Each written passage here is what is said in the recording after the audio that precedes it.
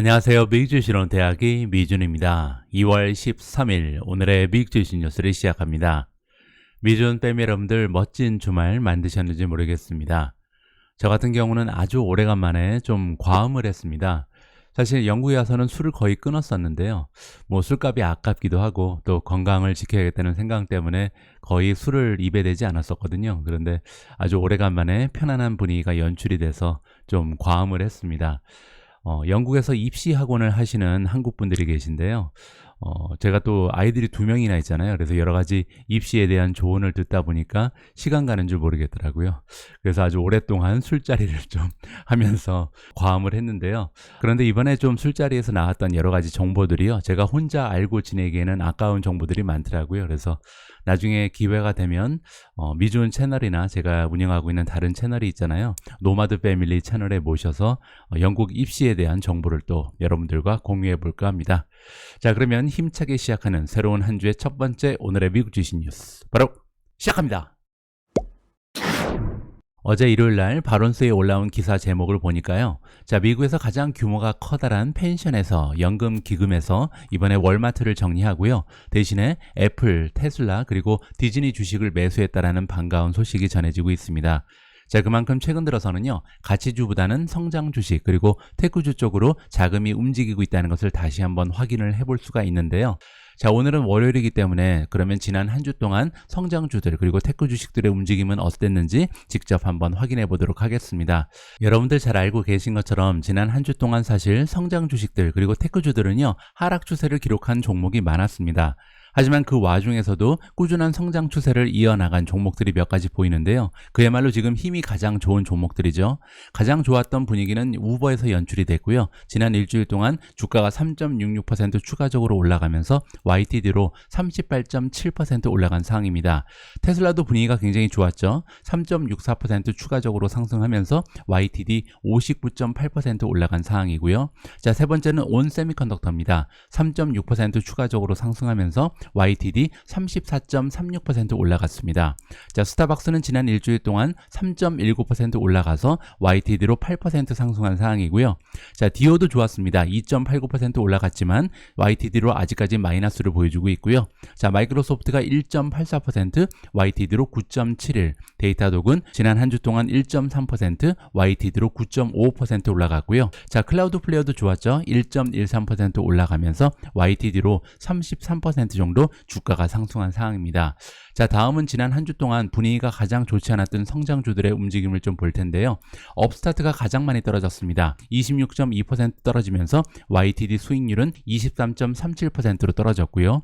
오픈도어가 마이너스 24.7% 보여주면서 YTD 수익률은 이제 68%로 줄어들었습니다. 코인베이스 마이너스 23.5%, YTD로 플러스 61%고요. 인바이테도 20% 넘게 떨어지면서 YTD 수익률이 11.8%까지 하락했습니다.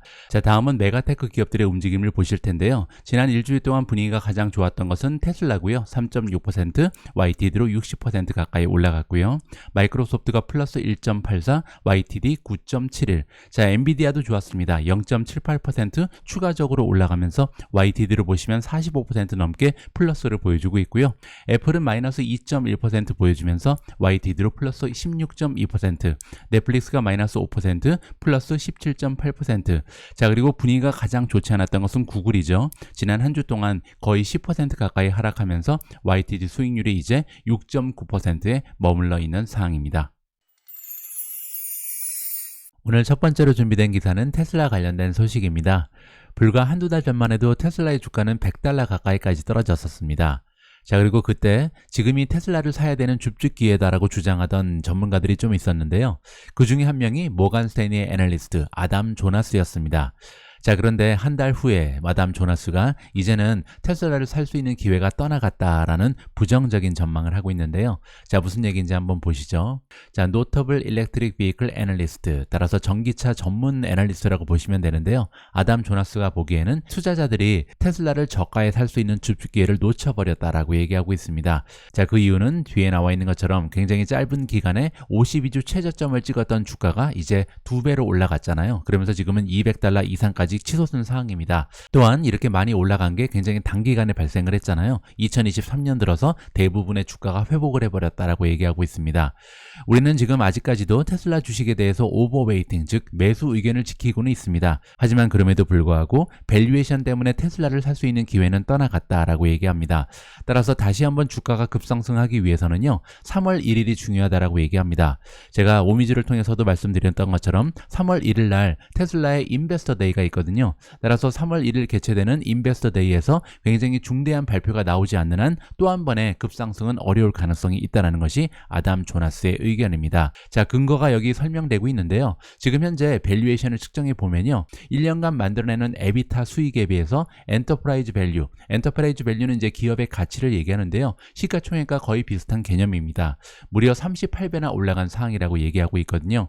하지만 불과 한두 달 전만 해도 멀티플이 20배에 불과했습니다. 그때 이제 2025년이 되면 테슬라가 만들 수 있는 순이익에 비해서 시가총액이 20배 정도의 수준에 머물렀던 것이 테슬라의 밸류에이션이었거든요. 따라서 굉장히 좋은 줍줍 기회가 찾아왔었는데 안타깝게도 주가가 지금 단기간에 100% 가까이 올라가면서 이러한 줍줍 기회가 사라져 버렸다라는 것이 아담 조나스의 의견이고요.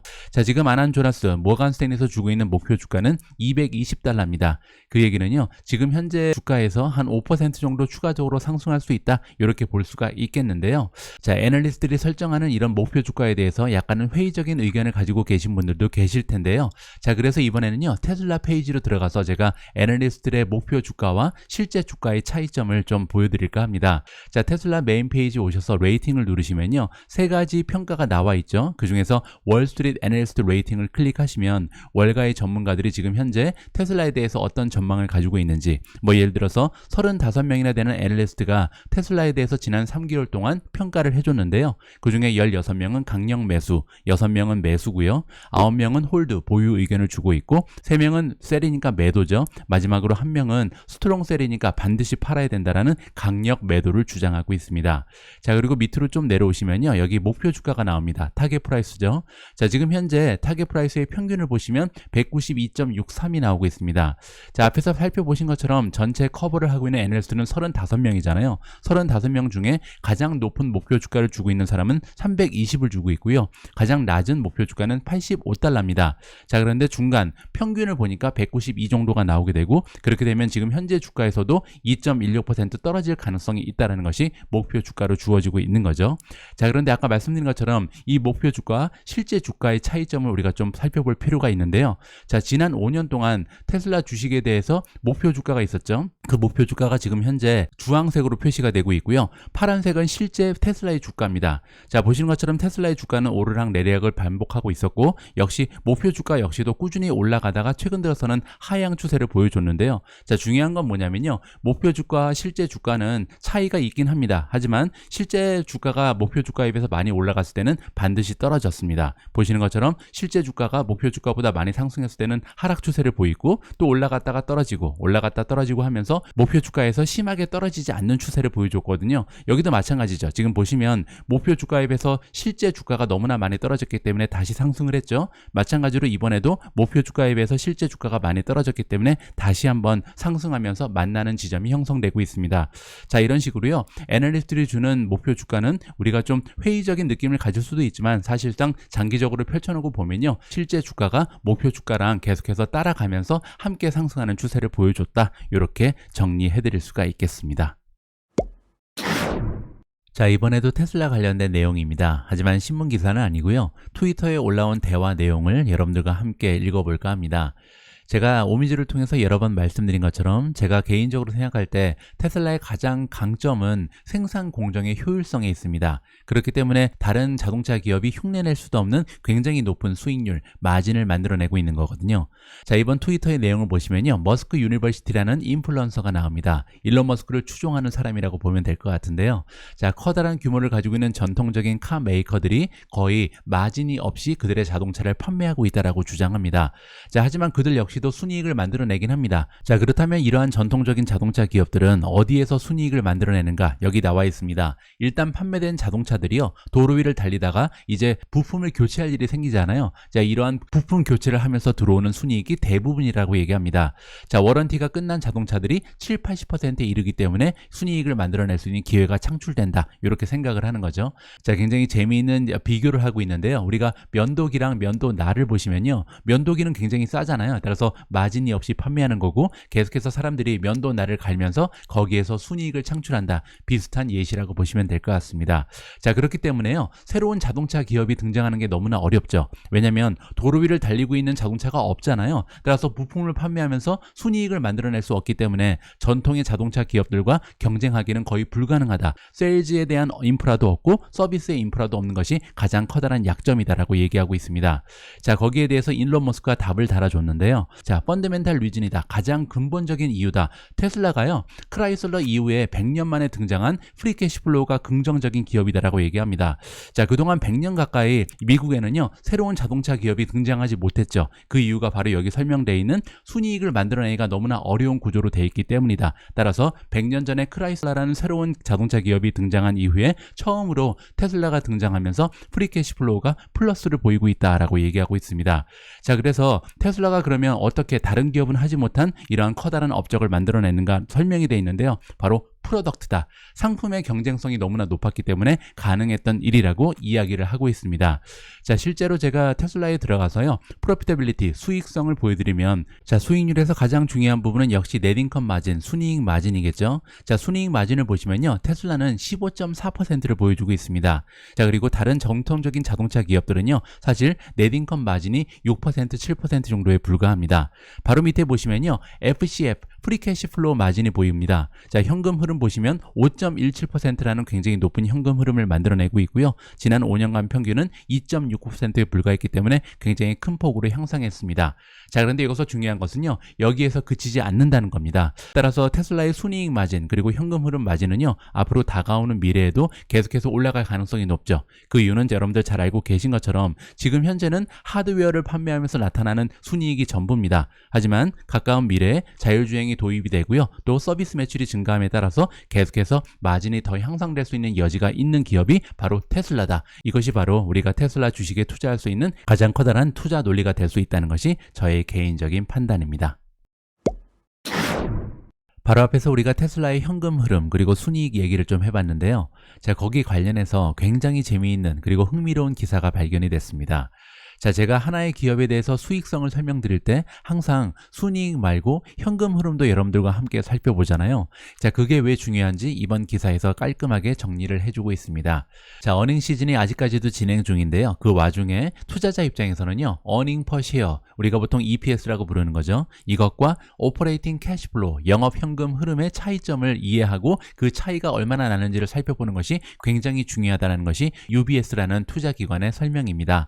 자, 무슨 얘기인지 조금 더 살펴보시죠. 보통은 이 어닝이라는 것은 EPS는요, 영업 현금 흐름과 전형적으로는 비슷하게 움직인다라고 얘기합니다. 자, 그런데 문제는요, 작년 같은 경우는 오퍼레이팅 캐시플로우에 비해서 어닝이 좀 많이 올라갔다는 거죠. 차이가 많이 도드러졌다, 이렇게 지금 설명을 하고 있거든요. 자, 그 얘기는 다시 한번 해석을 해보면요, 익스펜스 사이드, 비용 부분에서 어크루가 제대로 되지 않았다라고 얘기하고 있습니다. 자, 이게 무슨 얘기인지 제가 좀 예를 들어서 설명을 해드릴 텐데요. 여러분들이 이해하시기에 가장 쉬운 예는요, 임원들의 보너스가 될 것 같습니다. 특히 미국의 테크 기업 같은 경우는요, 보너스의 규모가 굉장히 크거든요. 따라서 1년에 한 번 정도 보너스를 지급할 때 그 달에 대한 비용으로 보너스의 금액을 잡게 되면요, 그 달만 순이익이 굉장히 많이 감소하게 되죠. 따라서 이러한 피해를 없애기 위해서 회계적인 안정감을 주기 위해서 12로 나누어서 매달 1년치에 대한 보너스를 세이빙을 하게 됩니다. 그걸 이제 우리가 전문 용어로 어크루라고 부르거든요. 예를 들어서 임원들한테 지급하는 보너스의 금액이 12억 달러다. 자, 그러면 12억 달러를요, 1년에 딱 한 번 포스팅하는 것이 아니라 매달 1억 달러씩 계속해서 비용으로 처리를 하는 거죠. 그렇게 되면 1년에 균등하게 비용이 발생하기 때문에 한 달만 순이익이 급격하게 떨어지는 일을 방지할 수가 있습니다. 자, 이러한 것을 우리가 어크루라 부르는데요. 프리캐시플로우는 그렇게 하지 않거든요. 프리캐시플로우라는 것은 이제 현금이 들어왔다 나갔다 하는 것을 그대로 적용해야 되기 때문에 보너스를 지급하는 달에 프리캐시플로우가 갑자기 많이 떨어지게 되는 겁니다. 하지만 중요한 것은요, 1년 기간으로 장기 기간으로 봤을 때는 프리 캐시플로우와 순이익은 비슷하게 흘러가야 된다. 그 얘기를 여기서 해주고 있거든요. 자, 그런데 문제는 작년 같은 경우는 프리 캐시플로우에 비해서 어닝 퍼 시어가 급격하게 더 많이 올라갔다. 그 밑에 보시면요, 15% 정도의 차이가 있었다라고 합니다. 따라서 프리 캐시플로우에 비해서 이 어닝이 15% 정도 추가적으로 상승했다는 얘기는 올해 15% 정도 프리 캐시플로우에 비해서 떨어질 가능성이 있는 거죠. 왜냐하면 이미 현금은 나갔기 때문에 언젠가는 비용으로 처리를 해야 되기 때문입니다. 자, 그러한 것을 봤을 때 이 EPS가 올해 들어서 성장을 멈추고 오히려 좋지 않은 모습을 보일 가능성이 있는 기업들이 여러 개가 있다. 따라서 여기 등장하는 기업들은요, 작년에 프리 캐시플로우에 비해서 어닝의 성장이 더 도드라졌다. 이렇게 이해가 가능합니다. 첫 번째로 DC 네트워크라는 기업이 나오고요. 그 뒤를 이어서 파라마운트 글로벌, 세 번째는 폭스 팩토리가 나오고요. 자, 그 밖에도 여러 가지 기업의 이름이 등장을 하는데요. 테크 기업들 중에서 우리가 관심을 가질 만한 기업들 중에서 나오는 기업은 31위의 퀄컴, 32위의 테라다인, 33위의 램 리서치가 나옵니다. 다 반도체 기업들이죠. 자, 이 중에서 퀄컴의 경우를 한번 살펴보기 위해서 제가 직접 들어가 봤습니다. 자, 퀄컴의 서머리 페이지에서요, 밑으로 쭉 내려가시면 여러분들께서 직접 순이익의 금액 그리고 현금 흐름의 금액을 비교를 해볼 수가 있거든요. 자, 여기 나오죠. 조금만 더 가시면 될 것 같습니다. 자, 여기 인컴 스테이트먼트죠. 인컴 스테이트먼트를 보시면 여기 넷 인컴이 나와 있습니다. TTM이라는 것은 트레일링 12months의 약자입니다. 지난 12개월 동안 퀄컴이 만들어낸 순이익의 규모가 11.77빌리언이 나오거든요. 자, 그런데 그 밑에 보시면 캐시플로우가 있잖아요. 자, 캐시플로우 from operation이 나오죠. 10.13입니다. 따라서 퀄컴 같은 경우는요, 넷 인컴이 11.77빌리언으로 캐시 프롬 오퍼레이션즈, 영업 현금 흐름보다 조금 더 규모가 큰 것을 확인해 볼 수가 있습니다. 하지만 한 가지 다행인 부분은요, 그 차이가 크게 나지는 않는다. 따라서 퀄컴 같은 경우는 크게 걱정을 하지 않아도 될 것 같습니다. 자, 그러면요, 그 다음에 나와 있는 테라다인을 한번 살펴보도록 하죠. 테라다인 같은 경우도 같은 추세를 보여줄 수 있을지 한번 살펴보시죠. 자, 여기 있습니다. TER이 심벌이고요. 자, 테라다인 역시로 밑으로 쭉 내려와서 영업 현금 흐름과 순이익의 차이를 한번 살펴볼 텐데요. 여기 인컴 스테이트먼트죠. 자, 인컴 스테이트먼트를 보시면 지난 12개월 동안 만들어낸 순이익은요, 715.5밀리언이었습니다. 자, 그런데 밑에 보시면 영업 현금 흐름은요, 577.92밀리언이죠. 따라서 영업 현금 흐름이 넷 인컴에 비해서 상당히 많이 떨어지는 것을 확인해 볼 수가 있을 것 같습니다. 따라서 이런 식으로 영업 현금 흐름에 비해서 순이익이 지나치게 높은 기업들은요, 우리가 조금 주의를 할 필요가 있을 것 같습니다. 따라서 앞으로 여러분들께서 종목 분석을 하실 때, 특히 기업에 대한 수익률을 계산하실 때는요, 수익이 무조건 좋다고 좋은 것이 아니라 넷 인컴에 비해서 캐시플로우가 어느 정도 따라가는지 이 부분도 좀 아울러서 함께 살펴보실 필요가 있을 것 같습니다. 제가 지난주 방송에서요, 데이터 센터 쪽에 CPU 칩, 반도체 시장 점유율을 여러분들과 공유한 적이 있습니다. 바로 이 그래프인데요. 자, 이 그래프의 내용에 따르면 불과 2020년만 해도요, 인텔은 데이터 센터 반도체 시장의 93.3%를 독식하고 있었습니다. 자, 그러던 것이 2022년 4분기를 보시면요, 69.7%까지 인텔의 시장 점유율이 떨어진 상황이거든요. 자, 그런데 그 와중에 AMD의 시장 점유율을 보시면요, 2020년만 해도 6.7%에 불과했습니다. 자, 그러던 것이 2022년 4분기에는 30%를 넘어가는 기염을 토해내고 있거든요. 자, 이거는 이제 데이터 센터라는 시장에 한정된 수치고요. 자, 이번에 우리가 함께 살펴볼 기사 내용에 따르면 AMD가 전체 CPU 시장의 3분의 1 가까이 시장 점유율을 확대했다라는 굉장한 소식이 전달되고 있습니다. 자, AMD가 Central Process Unit, 우리가 줄여서 CPU라고 부르는 거죠. CPU 시장의 3분의 1 가까운 시장 점유율을 차지하게 됐다라는 기사의 내용입니다. 자, 물론 이렇게 시장 점유율이 확대될 수 있었던 이유는 인텔이 가지고 있던 시장 점유율을 뺏어왔기 때문이죠. 자, 4분기에 실적이 발표됐는데 인텔이 전체 시장의 68.7%를 가져가고 있고요. AMD는 CPU 시장의 31.3%를 차지하고 있다. 자, 그리고 1년 전만 해도 AMD의 시장 점유율은 28.5%에 불과했기 때문에 상당히 많은 폭으로 시장 점유율이 급등하고 있다는 것을 확인해 볼 수 있습니다.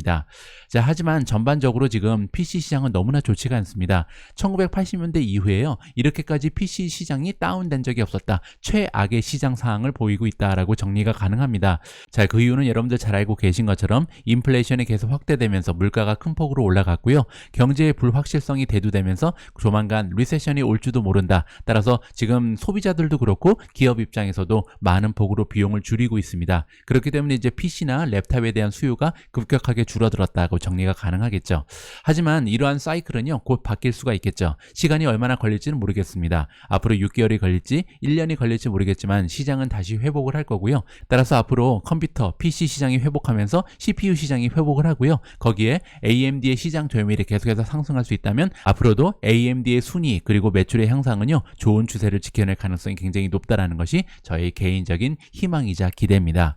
자, 지금 AMD의 페이지에 들어와 있는데요. 어닝을 클릭하시고 어닝즈 에스티메이트를 클릭하시면요, 다가오는 미래에 AMD가 만들어낼 수 있는 어닝에 대한 전망치가 나와 있습니다. 자, 보시는 것처럼 2023년 말에 기대되고 있는 EPS의 전망치는 3달러 5센트 정도가 되는데요. 가까운 미래에 한 4년 후에는 7달러 67까지 기대가 되고 있는 기업입니다. 자, 그만큼 매년 급격한 성장을 지속적으로 보여줄 가능성이 있다는 것이 애널리스트들의 전망인데요. 자, 만약에 2027년이 됐을 때 AMD가 7달러 67센트를 만들어낼 수 있다면요, 여기에 멀티플을 곱해서 우리가 목표 주가를 설정해 볼 수가 있거든요. 자, 7.67 찍으시고요. 곱하기 멀티플을 예를 들어서 25배 정도 줄 수 있다. 자, 그때까지도 AMD의 성장이 지속된다면 충분히 가능한 멀티플이 25배라고 생각이 되거든요. 자, 그렇게 되면 목표 주가가 191달러가 나옵니다. 자, 지금 현재 주가를 보시면 81.48이거든요. 따라서 나누기 81.48을 하셔야겠죠. 자, 그렇게 되면요, AMD의 주가는 지금 현재 수준에서 135% 정도 추가적으로 상승할 수 있다라고 계산이 나옵니다.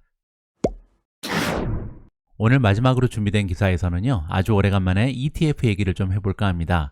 자, 이번 CNBC 프로 기사에서는요, 5가지의 ETF가 소개되고 있는데요. 이 5가지 ETF의 공통점이 하나 있습니다. 모두 배당률이 10%를 넘어간다는 점입니다. 자, 이렇게 최근 들어서요, 배당률이 굉장히 높은 ETF들이 나오고 있는 이유가 설명되고 있는데요. 바로 기준금리의 상승입니다. 자, 연준에서 계속해서 기준금리를 올리면서 결정적으로 미국의 국채금리가 상승하고 있습니다. 그런데 미국 국채는요, 안전자산이잖아요. 자, 이렇게 리스크가 거의 전무한 안전자산의 수익률이 4%를 넘어가기 때문에 아무래도 투자 자금을 끌기 위해서는요, 많은 주식들 그리고 회사채들이 그들의 수익률을 올려주고 있다. 따라서 배당률도 올라가고요, 회사채 같은 경우는 그들의 금리를 올려주고 있다. 이렇게 설명이 가능하거든요. 따라서 이러한 시기에 배당률을 극대화할 수 있는 5가지의 ETF가 소개되고 있습니다. 첫 번째는요, JP 모간 에퀴티 프리미엄 인컴 ETF고요. 티커 네임은 JEPI입니다. 자, 두 번째 ETF는요, 위즈덤 트리 얼터너티브 인컴 펀드고요. 티커 네임은 HYIN입니다. 자, HYIN 같은 경우는요, 프라이빗 에퀴티, 즉 이제 상장되지 않은 그런 기업들에 투자하고 프라이빗 크레딧도 이런 회사채에 투자를 한다라고 보시면 됩니다. 헤지 펀드에도 투자하면서 조금은 리스크가 있다라고 보실 수가 있고요. 자, 세 번째는 베넥 모기지 릿 인컴 ETF입니다. 티커 네임은 MORT, 모기지를 연상하는 그런 ETF를 가지고 있고요. 자, 이 ETF는요, 이름에 나와 있듯이 50% 이상을 지금 모기지에서 매출을 만들어내고 있다. 이렇게 이해가 가능하고요. 자, 다음에 소개되는 ETF는 본드 블록 CCC Rated USE High Yield Corporate Bond ETF입니다. 자, 여기 나와 있는 CCC는요, 회사채 중에 정크 본드라고 부르는, 그러니까 신용 등급이 굉장히 낮은 회사채를 얘기합니다. 따라서 리스크가 굉장히 크기 때문에 XCCC 같은 경우는 굉장히 좀 리스크를 안고 투자하는 그런 ETF다라고 보실 수가 있고요. 그렇기 때문에 배당률이 13.26%나 된다. 이렇게 정리가 가능하고요. 자, 마지막으로 소개되고 있는 ETF는 JP 모간 나스닥 에퀴티 프리미엄 인컴 ETF입니다. 자, 이 ETF 같은 경우는요, 앞에서 소개된 JEPI에 비해서 조금 더 리스크가 올라간다고 합니다. 자, 그 이유는 뭐냐면요, 옵션에 투자를 하기 때문이다. 따라서 JEPI보다는요, 배당률이 높습니다. 15.67%나 되거든요. 하지만 옵션에 투자하는 그런 ETF이기 때문에 리스크가 상당히 크다는 점을 우리가 기억을 해야겠죠. 따라서 오늘은요, 여기에 소개되고 있는 5가지 ETF 중에 비교적 리스크가 작은 2가지의 ETF를 좀 분석해 볼까 하는데요. 첫 번째는 맨 앞에 소개됐던 JEPI, JP모간 에퀴티 프리미엄 인컴 ETF가 정식 네임이고요. 자, JEPI 페이지 들어오셔서 디비던드 클릭하시면 배당에 대한 여러 가지 정보를 살펴보실 수가 있습니다.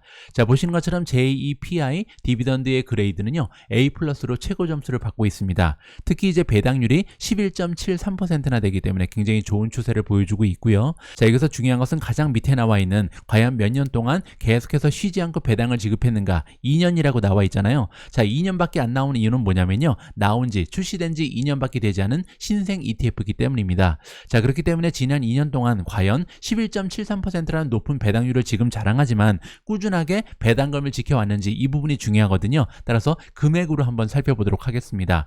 디비던드 히스토리를 누르시면요. 자, 지난 2년 동안 과연 어느 정도의 배당금을 지급했는지 쭉 나와 있거든요. 자, 이 ETF 같은 경우는 먼슬리로 배당을 지급합니다. 매달 배당이 나오거든요. 따라서 0.49, 0.29, 0.45, 0.43 보시는 것처럼 계속해서 매달 약간은 다른 금액의 배당금을 지급해 왔다는 것을 보실 수가 있고요. 대체적으로는 비슷한 금액이 지급돼 왔다. 따라서 지난 2년 동안은 비교적 안정적인 배당금을 지급해 온 것으로 판단이 가능할 것 같습니다.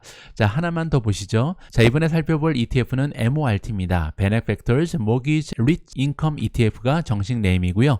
자, 다시 한번 배당으로 들어왔습니다. 자, MORT 같은 경우도 디비던드 그레이드가 A+입니다. 지금 현재 배당률은요 11.72%나 되고요. 자, 지난 11년 동안 쉬지 않고 계속해서 배당금을 지급해왔다. 따라서 굉장히 오래된 ETF, 안정감은 더 있겠죠. 자, 그리고 중요한 것은 과연 어느 정도의 배당금을 계속해서 지난 11년 동안 지급해왔는지 디비던드 히스토리를 살펴보도록 하겠습니다. 자, 디비던드 히스토리 오셔서요 10년으로 늘려야겠죠. 지난 11년 동안 지급을 했으니까요. 자, 보시는 것처럼 지급 프리퀀시는요 쿼털리입니다. 3개월에 한 번씩 배당을 지급하는 그런 ETF라고 보실 수가 있고요. 자, 금액을 보시면요 과거에는 0.59, 0.60, 0.62 그리고 0.58 비교적 높은 배당금을 지급하다가 최근 들어서는 조금 떨어졌습니다. 하지만 계속해서 꾸준하게 배당금을 지급한다는 점은 우리가 인정을 해줘야 될 것 같고요. 특히 최근 들어서 모기지 레이트이 많이 올라가면서 그들의 매출이 올라갈 가능성이 있다. 따라서 앞으로 모기지 레이트이 상승하면서 계속해서 매출이 올라간다면 배당금 역시도 상승할 가능성이 있다. 긍정적으로 전망을 해볼 수가 있겠습니다. 자, 오늘은요 이렇게 배당률이 굉장히 높은 ETF를 평가하는 방법을 함께 살펴봤습니다. 2월 13일 보내드린 오늘의 미국 주식 뉴스는 여기까지입니다. 오늘 새롭게 시작하는 한 주 여러분들 기분 좋게 출발하셨으면 좋겠습니다. 그리고 혹시 시간 되시면요 노마드 패밀리의 글로벌 브이로그 방문하셔서 지난 주말에 저희가 새롭게 올린 영상도 한번 시청해 주시면 좋을 것 같습니다. 우리 모두가 미국 주식 투자로 은퇴하는 그날까지 다 함께 화이팅입니다. 행복한 하루 되세요. 감사합니다.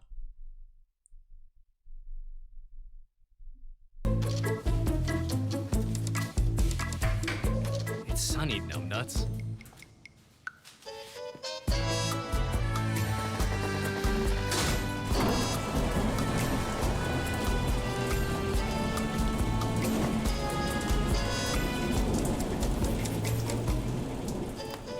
Stephen Kress, creator of Seeking Alpha's stock picking system. Seeking Alpha, all you need to know about investing in top stocks or in anything else. Seeking Alpha, be a better investor.